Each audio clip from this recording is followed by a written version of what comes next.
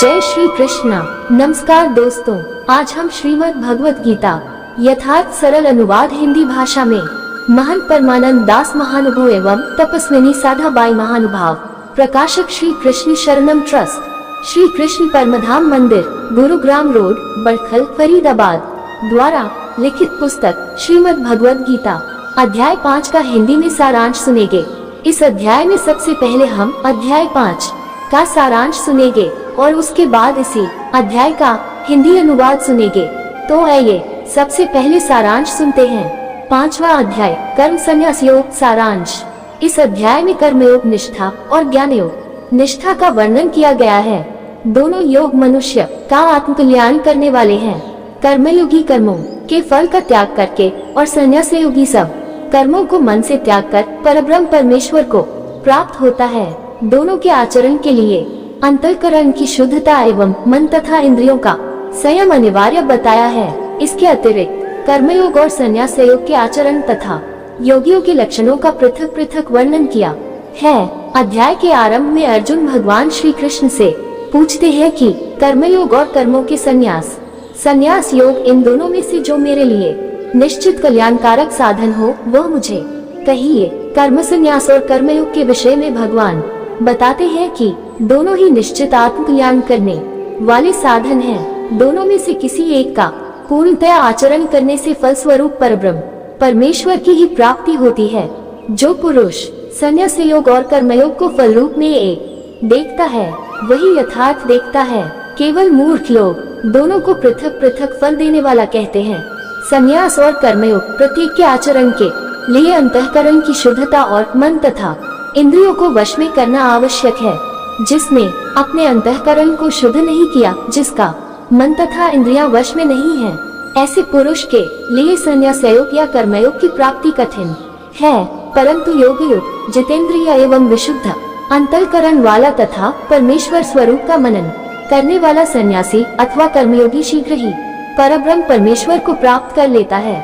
संन्यास योग का आचरण करने वाला पुरुष न करता हुआ और न करवाता हुआ समस्त कर्मों को मन में त्याग कर परब्रह्म परमेश्वर को प्राप्त होता है, जबकि कर्मयोगी कर्मफल का त्याग कर सब कर्म करते हुए परब्रह्म परमेश्वर को प्राप्त होता है।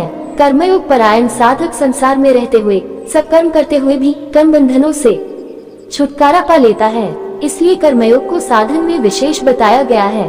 कर्मयोग की यह विशेषता सब कर्म करने में नहीं है, बल्कि कर्म करते हुए कर्मफल को त्यागने में है। कर्मफल का त्याग कर देने से सब कर्मों को करते हुए भी कोई बंधनात्मक फल उत्पन्न नहीं होता। यही कर्मयोग की विशेषता है। कर्मयोगी अपने जीते हुए मन और इंद्रियों तथा अपने विशुद्ध अंतःकरण द्वारा सब कर्मों को परमेश्वर को अर्पण करके आसक्ति रहित होकर कर्मफलों को त्याग कर कर्म करता है।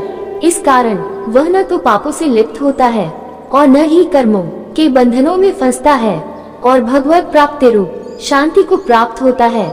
इसके विपरीत अयुक्त पुरुष, जिसने अपने मन और इंद्रियों को वश में नहीं किया है, जो कामना की इच्छा से कर्म करता है, वह कर्मफलों की आसक्ति में बंध कर बार बार जन्म मरण के चक्र में ही घूमता रहता है। तत्व को जानने वाला ज्ञानी सन्यासी भली भांति जानता है कि संपूर्ण कर्म माया द्वारा उत्पन्न 3 गुणों से होते हैं। इसलिए वह सब कर्म करता हुआ, जैसे देखता हुआ, सुनता हुआ, स्पर्श करता हुआ, भोजन करता हुआ, बोलता हुआ इत्यादि इत्यादि अपने आप को इन कर्मों का कर्ता नहीं मानता। इंद्रियां अपने अपने अर्थों में बरत रही हैं, गुण ही गुणों में बरत रहे हैं, ऐसा मानता है। परमेश्वर के आनंद से भिन्न कोई वस्तु नहीं है। इस प्रकार निरंतर मनन करते करते ज्ञानी योगी परमेश्वर में मन और बुद्धि को अनन्य भाव से निश्चल कर लेता है। ऐसा तत्परायण ज्ञानी ज्ञान के द्वारा पापरहित होकर परमेश्वर की अपुनरावर्ती परम गति को प्राप्त होता है। ज्ञानी जन इंद्रिय तथा विषयों के संयोग से उत्पन्न भोगों में रममान नहीं होते। ऐसे भोग केवल विषयी पुरुषों को सुखरूप दिखाई देते हैं। वास्तविकता में वे दुख के ही हेतु होते हैं तथा आदि अंत वाले होने से अनित्य होते हैं। बाहर के विषयों में आसक्ति रहित अंतःकरण वाला साधक परमेश्वर चिंतन के अभ्यास द्वारा आत्मा में जो स्थित श्रेष्ठ और स्थायी आनंद है, उसको प्राप्त कर लेता है। तदनंतर वह परमेश्वर के ध्यान में निरंतर लगा हुआ परमानंद स्वरूप अक्षय आनंद का अनुभव करता है। परमेश्वर मनुष्यों के न तो कर्तापन की, न कर्मों की और न ही कर्मफलों की रचना करते हैं, तथा न ही किसी के पाप कर्म या शुभ कर्म को ग्रहण करते हैं। इस संसार में लोगों का ज्ञान अज्ञान द्वारा ढका हुआ है और इसी कारण सब अज्ञानी पुरुष संसार से मोहित होकर भ्रमित हुए कर्मों में आसक्त हुए विचर रहे हैं। इनमें से जिनका अज्ञान परमेश्वर के तत्व ज्ञान द्वारा नष्ट हो जाता है, उनका वह ज्ञान सूर्य की तरह परब्रह्म परमेश्वर को प्रकाशित कर देता है।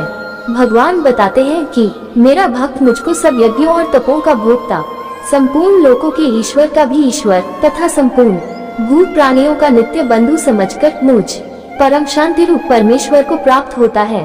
अभी तक आप अध्याय 5 का सारांश सुन रहे थे।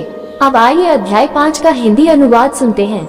अर्जुन बोले, हे श्री कृष्ण, आप संपूर्ण कर्मों के संन्यास की और फिर कर्मयोग की प्रशंसा करते हैं। इन दोनों में से जो एक साधन मेरे लिए निश्चित रूप से कल्याणकारक है, उसे कहिए। श्री कृष्ण भगवान बोले, कर्म संन्यास और कर्मयोग दोनों में से कर्म संन्यास की अपेक्षा निष्काम कर्मयोग में कुछ विशेषता है। जो पुरुष न किसी से द्वेष करता है और न ही किसी की आकांक्षा इच्छा करता है, उसे सदैव सन्यासी ही समझना चाहिए, क्योंकि राग द्वेषादि द्वंद्वों से रहित पुरुष सुखपूर्वक संसार बंधन से पूर्णतया मुक्त हो जाता है। संन्यास और कर्मयोग को मूर्ख लोग ही अलग अलग कहते हैं, न कि ज्ञानी जन, क्योंकि दोनों में से एक का भी अच्छी प्रकार से आचरण करने वाला पुरुष दोनों के फलस्वरूप परमेश्वर को प्राप्त करता है। जो स्थान ज्ञान योगियों द्वारा प्राप्त किया जाता है, वही स्थान कर्मयोगियों द्वारा भी प्राप्त किया जाता है। इसलिए जो पुरुष इन दोनों को एक देखता है, वही यथार्थ देखता है। हे अर्जुन, योग के बिना संन्यास प्राप्त करना कठिन है, परंतु भगवत स्वरूप का मनन करने वाला योगयुक्त पुरुष शीघ्र ही परब्रह्म परमेश्वर को प्राप्त हो जाता है। जो योगी विशुद्ध अंतःकरण वाला है, आत्मसंयमी तथा जितेंद्रिय है, वह सब भूत प्राणियों की आत्मा को अपनी ही आत्मा के समान मानता है। ऐसा योगयुक्त पुरुष कर्म करता हुआ भी कर्मों से लिप्त नहीं होता। तत्व को जानने वाला ज्ञानयोगी तो देखता, सुनता, स्पर्श करता, सूंघता, भोजन करता, गमन करता, सोता, श्वास लेता, बोलता, त्यागता, ग्रहण करता तथा आँखों को खोलता और मूंदता, ये सभी कार्य करता हुआ इंद्रियां अपने अपने अर्थों में बरत रही हैं। ऐसा समझकर निसंदेह ऐसा मानता है कि वह कुछ भी नहीं करता। जो पुरुष सभी कर्मों को परमात्मा में अर्पण करके और आसक्ति को त्याग कर कर्म करता है, वह पुरुष पाप कर्मों से अलिप्त रहता है। जैसे कमल का पत्ता जल में रहते हुए भी जल से लिप्त नहीं होता। कर्मयोगी केवल इंद्रिय, मन, बुद्धि तथा शरीर द्वारा आसक्ति को त्याग कर आत्मा की शुद्धि के लिए कर्म करता है। कर्मयोगी कर्मों के फल का त्याग करके भगवत प्राप्ति रूप अचल शांति को प्राप्त होता है और अयुक्त सकामी पुरुष कामना की प्रेरणा से कर्मफल में आसक्ति के कारण कर्मों के बंधन में पड़ता है, जिसका अंतःकरण उसके वश में है। ऐसा सन्यासी न करता हुआ और न ही करवाता हुआ सभी कर्मों को मन से त्याग कर नवद्वारों वाले शरीर रूपी घर में आनंद पूर्वक परमात्मा के स्वरूप में स्थित रहता है। परमेश्वर न तो मनुष्यों के कर्तापन की, न कर्मों की और न ही कर्मफल के संयोग की रचना करते हैं, परंतु प्रकृति के 3 गुण ही ये सब कार्य करते हैं। सर्वव्यापी परमेश्वर न किसी के पाप कर्म और न ही किसी के शुभ कर्मों को ग्रहण करता है, लेकिन अज्ञान द्वारा ज्ञान ढका हुआ होने से सभी अज्ञानी जीव मोहित हो रहे हैं। जिनका अज्ञान ईश्वरीय तत्व ज्ञान द्वारा नष्ट हो चुका है, उनका वह ज्ञान सूर्य की भांति उस परब्रह्म परमेश्वर को प्रकाशित कर देता है, जिसका मन, बुद्धि और निष्ठा निरंतर परब्रह्म परमेश्वर में ही स्थित है। ऐसे ईश्वर परायण पुरुष ज्ञान के द्वारा शुद्ध तथा पापरहित होकर मेरी अपुनरावृत्ति परम गति को प्राप्त होते हैं। ऐसे ज्ञानी जन विद्या और विनम्रता से युक्त ब्राह्मण तथा गाय, हाथी, कुत्ते और चांडाल कुत्ता भक्षी में भी समदर्शी होते हैं। जिनका मन संभाव में स्थित है, उनके द्वारा जीवित अवस्था में ही यह संपूर्ण संसार जीत लिया गया है। क्योंकि परब्रह्म परमेश्वर निर्दोष और सम है, इसलिए वे उसी में ही स्थित हैं। जो पुरुष प्रिय को प्राप्त होकर हर्षित नहीं होता और अप्रिय को पाकर उद्विग्न नहीं होता, वह स्थिर बुद्धि और संशय रहित ब्रह्म ज्ञानी परब्रह्म परमेश्वर में ही स्थित है। बाहर के विषय भोगों में आसक्ति रहित अंतःकरण वाला साधक परमेश्वर चिंतन के अभ्यास द्वारा आत्मा में स्थित श्रेष्ठ आनंद को प्राप्त होता है। तदनंतर वह परब्रह्म परमेश्वर के ध्यान में अनन्य भाव से स्थित हुआ अक्षय आनंद का अनुभव करता है। ये जो इंद्रिय और विषयों के संयोग से उत्पन्न होने वाले सब भोग हैं, ये निश्चित ही दुख के हेतु हैं और आदि अंत वाले अर्थात अनित्य हैं।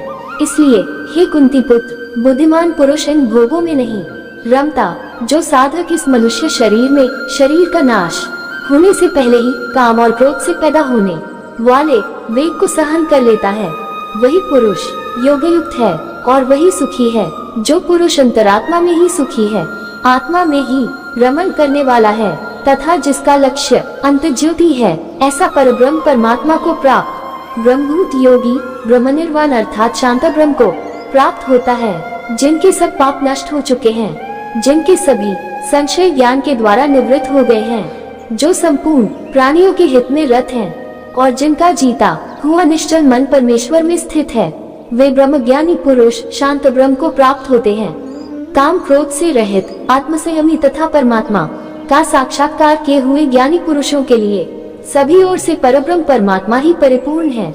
बाहर के स्पर्शादि विषय भोगों को बाहर ही त्याग कर नेत्रों की दृष्टि को भृकुटी के बीच में स्थित करके नासिका में विचरने वाले प्राण और अपान वायु को सम करके और इंद्रियों मन और बुद्धि को जीत कर जो भय इच्छा और क्रोध से रहित हैं, वह मोक्ष प्रायण मुनि सदा मुक्त ही है। मेरा भक्त मुझको सब यज्ञों का और तपों का भोक्ता, संपूर्ण लोकों का महान ईश्वर तथा समस्त भूत प्राणियों का स्वार्थरहित हित चिंतक जानकर शांति को प्राप्त होता है।